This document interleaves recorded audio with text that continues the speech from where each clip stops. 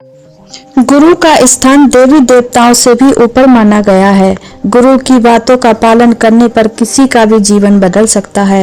एक लोक कथा के अनुसार पुराने समय में किसी गांव में एक चोर ने विद्वान संत से कहा कि आज से आप मेरे गुरु हैं, लेकिन मैं चोरी करना नहीं छोड़ सकता क्योंकि यही मेरा काम है।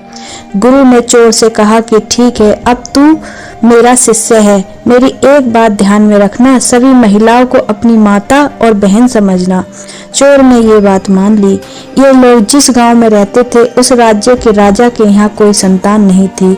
इस वजह से राजा अपनी रानी से गुस्सा था और रानी के अलग महल में रहने भेज दिया था।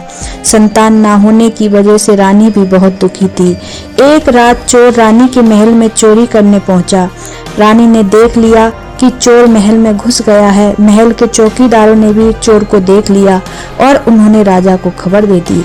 रानी ने चोर से कहा कि तू यहाँ कैसे आया? चोर ने जवाब दिया कि मैं घोड़े से आया हूँ। रानी बोली, मैं तेरे घोड़े को सोने चांदी से लदवा दूंगी, बस मेरी एक इच्छा पूरी कर दे।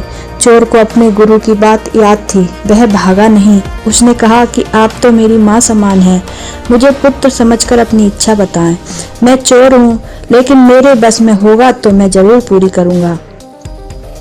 राजा ये सब बातें सुन रहा था। चोर की अच्छी बातें सुनकर बहुत खुश हुआ।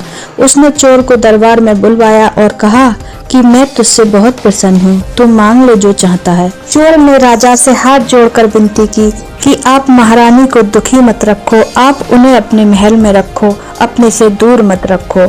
राजा ने चोर की बात मान ली। महारानी से राजा ने अपने किए की क्षमा मांगी। रानी ने राजा से विनती की कि हम इस चोर को अपना पुत्र बना लेते हैं, क्योंकि इसी की वजह से सब कुछ ठीक हुआ है। राजा भी रानी की बात मान गया और चोर को अपना उत्तराधिकारी घोषित कर दिया।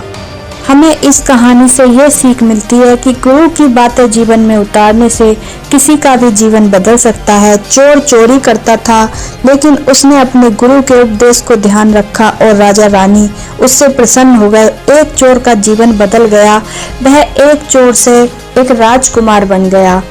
ऐसी होती है गुरु की महिमा। अगर पोस्ट अच्छी लगे तो कृपया लाइक करें, चैनल को सब्सक्राइब करें और ऐसी ही अन्य कहानी देखने के लिए हमें कमेंट करें। राधे राधे।